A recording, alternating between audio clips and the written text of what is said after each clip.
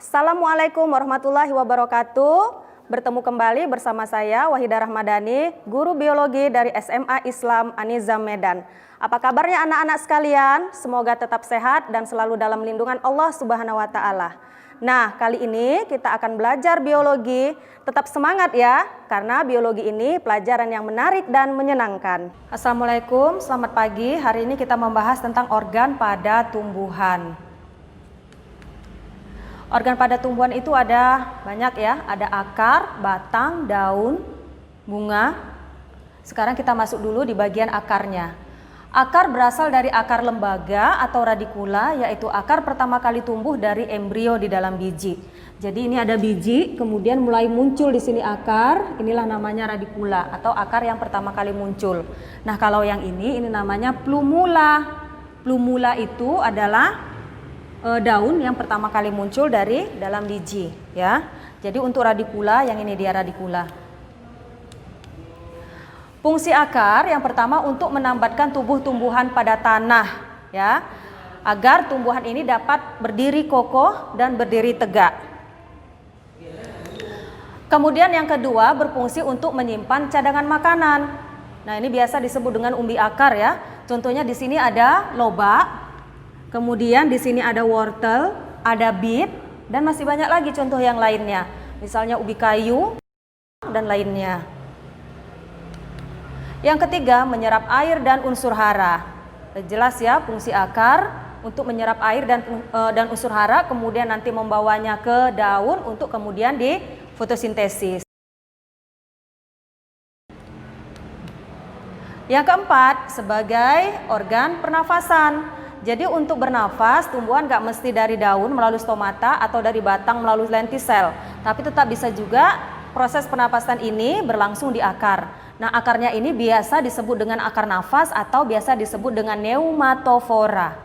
Nah, akar napas ini merupakan bagian cabang-cabang akar pohon yang tumbuh keluar dari batang bagian bawah atau tegak lurus mencuat ke atas. Sebagian terlihat menyembul keluar dan sebagian lagi tumbuh di dalam tanah. Ini contohnya ada beberapa contoh tumbuhan, misalnya di sini pandan, kemudian di sini ada bakau dan di sini ada pohon kayu api. Ini kelihatan jelas ya, akarnya menyembul keluar. Jadi akar yang menyembul keluar ini berfungsi sebagai akar nafas. Kita lihat anatomi akar. Yang pertama ada epidermis. Jadi epidermis ini adalah bagian terluar dari akarnya. Ya, ini epidermis, ini bagian terluar dari akarnya. Selanjutnya ada bagian korteks, ada bagian endodermis, dan ada bagian stele. Stele itu bagiannya nanti ada terdiri dari perisikel, fasis, pembuluh angkut, dan nanti ada empulurnya. Kita bahas satu-satu ya. Yang pertama di sini epidermis. Epidermis adalah bagian terluarnya. Ini bagian terluar dari akarnya. Nah, karena dia di bagian terluar, biasanya dia fungsinya sebagai pelindung.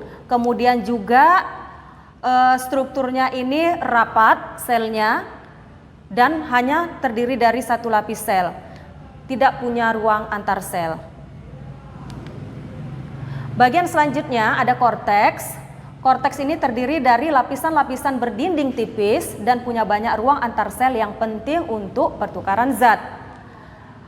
Lapisan selanjutnya adalah endodermis. Untuk endodermis merupakan lapisan terdalam dari korteks dan sekaligus sebagai pemisah antara korteks dengan silinder pusat. Kita lihat silinder pusatnya ya, ini stelenya. Untuk stele ini ada 3 bagian. Yang pertama perisikel, kemudian ada fasis, ini berkas pembuluh angkut xilem dan floem. Selanjutnya bagian dalamnya ada empulur. Jadi ini tadi stelenya. Stele ini ada terbagi menjadi perisikel. Perisikel ini bagian terluar dari stele. Selanjutnya di dalamnya ada fasis, pembuluh angkut. Ini pembuluh angkut, xilem. Untuk tanaman dikotil, ini akarnya, xilemnya membentuk seperti bintang. Kemudian di antara bintang-bintang ini nanti ada terdapat floem. Jadi ini floemnya. Ya, ini struktur untuk akar tanaman dikotil. Jadi bagian terluarnya tadi untuk stelenya ya, untuk stelenya terluar dari stele namanya perisikl, kemudian ada pembuluhnya xilem dan floem. Selanjutnya ada bagian di tengah, ini namanya empulur. Ini bagian tengahnya, empulur. Nah, bagaimana untuk akar monokotil? Sebenarnya sama saja ya. Bagian terluarnya dari struktur keseluruhannya ini ada epidermis, kemudian ada korteks. Di sini ada korteks, ada endodermis, ada stele. Stelenya juga sama. Bagian terluar stele ada perisikl, kemudian di dalamnya nanti ada pembuluh fasisnya, xilem floem, ada nanti bagian tengahnya empulur. Cuma yang membedakan antara dikotil dengan monokotil adalah bentuk atau struktur dari xilem floemnya. Kalau dia tadi di dikotil, xilemnya membentuk seperti bintang, kemudian di antara xilem-xilemnya ini nanti terdapat floem. Sementara untuk akar monokotil, ini xilem floem saling terletak bergantian ya, xilem floem, xilem floem. Xilemnya tidak membentuk struktur bintang.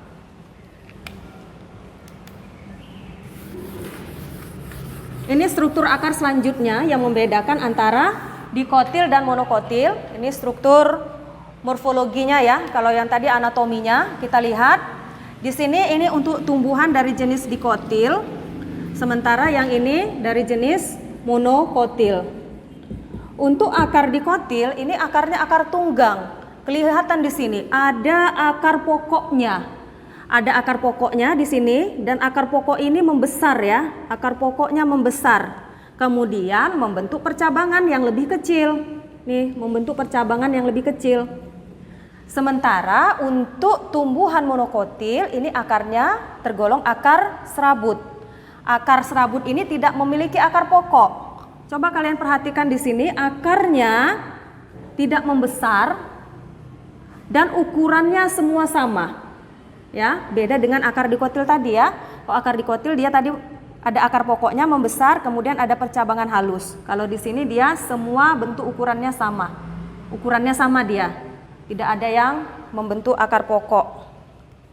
Nah, akar dikotil disebut akar tunggang, sementara untuk akar monokotil ini akarnya akar serabut. Sekarang kita masuk ke batang. Batang adalah bagian tumbuhan yang meliputi ada batangnya, ada cabangnya, dan ada rantingnya. Ini nggak usah dijelaskan lagi ya. Tentu kalian sudah bisa membedakan mana batang, mana cabang, mana ranting. Kemudian ini struktur anatomi dari batang dikotil dan batang monokotil. Perhatikan struktur anatominya. Untuk struktur anatomi batang dikotil, bagian terluarnya ada epidermis. Monokotil sama, ada epidermisnya juga. Kemudian ada pembuluh angkut di dikotil, di monokotil juga ada pembuluh angkut. Nah, yang membedakan di sini, kalau dia di bagian dikotil, antara pembuluh angkut xilem dan floem ini terdapat berkas kambium ya, ada kambiumnya di sini. Sementara untuk monokotil dia tidak ada kambiumnya. Selanjutnya, kalau dia pada akar dikotil, di sini strukturnya terbentuk rapi ya. Ada floem, bagian luarnya ada floem, kemudian di bagian bawahnya ada xilem. Ini nanti dibatasi oleh kambium. Kalau di monokotil dia tidak ada kambiumnya. Sehingga xilem dan floem dia letaknya tidak jelas ya, tersebar xilem dan floemnya. Ini bisa dilihat, ini struktur dari batang dikotil. Jadi batang dikotil ini dia dapat membesar diameternya karena ada aktivitas kambium. Untuk gambar di sini kalian bisa lihat, ini adalah lingkaran tahun. Ini lingkaran tahun ya, bisa kalian lihat di sini. Nah, lingkaran tahun ini dapat digunakan untuk menghitung usia dari tanaman. Nah, untuk satu lingkaran ini menandakan usia 1 tahun. 2 lingkaran berarti 2 tahun. 3 lingkaran 3 tahun, 4 lingkaran 4 tahun dan seterusnya. Kemudian jarak antar lingkar ini juga berbeda ya. Ada dia yang jarang di sini jaraknya. Kemudian ada dari satu lingkaran ke lingkaran lainnya ada yang rapat. Kalau di sini bisa diperhatikan, di sini agak jarang, ini jarang. Kemudian ada yang rapat jaraknya. Jadi ini rapat dan jarangnya jarak pada lingkaran tahun batang tanaman ini disebabkan karena curah hujan ya, curah hujan. Kita lanjut. Seterusnya organnya adalah daun. Untuk organ daun ini fungsinya yang pertama tempat memproduksi bahan makanan. Proses memproduksinya membutuhkan energi cahaya. Ini prosesnya disebut dengan fotosintesis. Kemudian fungsinya juga dapat sebagai penyelenggara penguapan air. Kita lihat anatomi daun. Ada bagian epidermis, parenkim, ada parenkim palisade, kemudian ada spons, kemudian ada ikatan pembuluh, silem dan floemnya. Kita lihat strukturnya lebih jauh ya. Ini kalau kita potong penampang melintangnya, kita lihat di sini ada bagian terluar dari daun. Ini bagian epidermis. Kemudian ada bagian parenkimnya. Ini parenkim. Parenkim ini ada yang pertama palisade. Palisade ini merupakan struktur yang rapat dan membentuk seperti pagar. Jaringan palisade ini berisi kumpulan kloroplas. Ini dia kloroplasnya yang titik-titik berwarna hijau. Ya, kemudian yang ini namanya vakuola. Selanjutnya ada di sini jaringan namanya bunga karang atau spons. Jaringan bunga karang ini juga terdapat banyak kloroplas. Di dalam kloroplas ini nanti ada klorofil. Jadi proses fotosintesisnya berlangsung di bagian kloroplas, berarti berlangsung pada jaringan palisade dan jaringan bunga karang. Selain jaringan palisade, bunga karang, epidermis atas dan bawah, ada juga di sini strukturnya adalah pembuluh angkut. Ada pembuluh angkut silem dan pembuluh angkut floemnya. Untuk epidermis bagian bawah ini terdapat stomata. Di sini merupakan tempat pertukaran gas. Selain di bagian bawah juga pada beberapa tumbuhan ada juga yang terdapat di bagian atas. Ada juga nanti yang stomatanya terdapat di bawah dan di atas.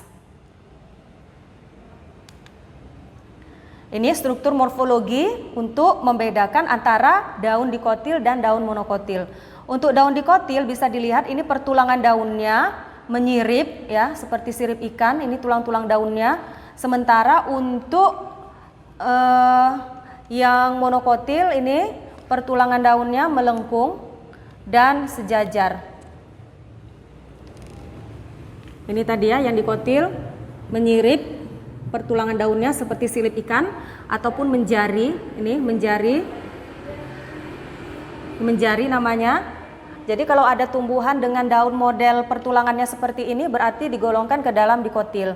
Untuk monokotil ini contohnya pertulangan daunnya melengkung. Ada pula ini misalnya tebu ya. Tebu ini pertulangan daunnya ini misalnya sejajar. Ini sejajar.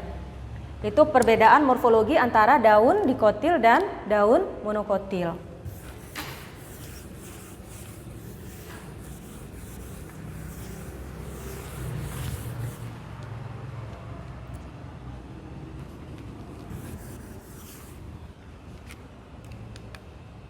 Bunga selanjutnya ya.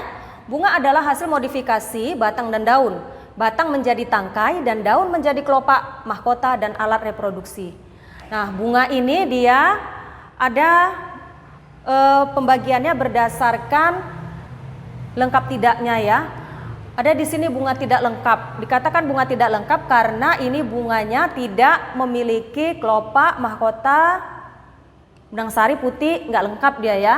Nah, bunga tidak lengkap ini biasanya terdapat pada tanaman gimnosperme. Bunga tidak lengkap disebut juga istilahnya dengan strobilus. Selanjutnya di sini ada bunga lengkap. Untuk bunga lengkap ini bunga yang memiliki bagian-bagian, ada kelopaknya, ada mahkotanya, ada benang sarinya dan ada putiknya. Untuk bunga lengkap ini biasanya bunganya terdapat pada tumbuhan angiosperme dan proses reproduksi tumbuhan ini nanti adalah pembuahan ganda. Sementara untuk gimnosperme proses reproduksinya adalah proses pembuahan tunggal. Sampai di sini materi kita hari ini. Semoga bermanfaat. Assalamualaikum warahmatullahi wabarakatuh. Demikianlah pembelajaran kita hari ini. Sampai bertemu kembali di video pembelajaran berikutnya. Jangan lupa untuk like, comment, and share. SMA Islam An-Nizam, unggul, cerdas, islami. Assalamualaikum warahmatullahi wabarakatuh.